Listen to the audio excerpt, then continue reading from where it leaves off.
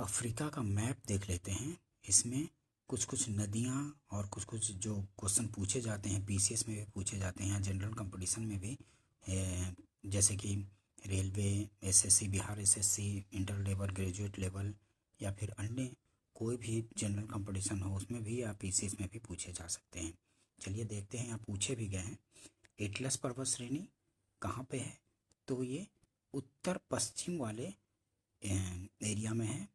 उत्तर पश्चिम area में Atlas पर्वत, यहाँ पे है ये सहारा मरुस्थल। ये अफ्रीका के उत्तरी क्षेत्र में है, सहारा मरुस्थल फैला हुआ है। यहाँ पे है विक्टोरिया झील है। विक्टोरिया झील अफ्रीका में ही है। इसी से नील नदी निकलती है। नील नदी, वाइट नील, यहाँ से ब्लू नील निकल के ये नील नदी मिस्र होते हुए कहाँ गिर जाती है? भूमध्य सागर, मेडिटेरेनियन सी में गिर जाती है नील नदी। यहाँ से विक्टोरिया झील से निकलती है नील नदी और यहाँ से बहते हुए भूमध्य सागर में गिर जाती है। ये विश्व की सबसे लंबी नदी है। विश्व की सबसे लंबी नदी नील नदी है, ठीक है। और बहाव की दृष्टि से सबसे बड़ी नदी कौन सी है? वो है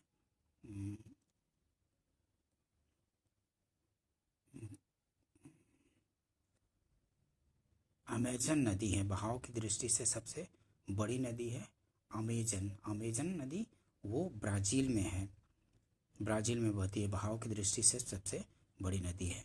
ये है नाइजर नदी है। नाइजर नदी कहाँ गिरती है? नाइजर नदी ये अटलांटिक महासागर में, गिनी की खाड़ी में गिर जाती है, अटलांटिक महासागर में। ये जायरे भी ऐसे पश्चिम की ओर बहते हुए अटलांटिक महासागर में गिरती है।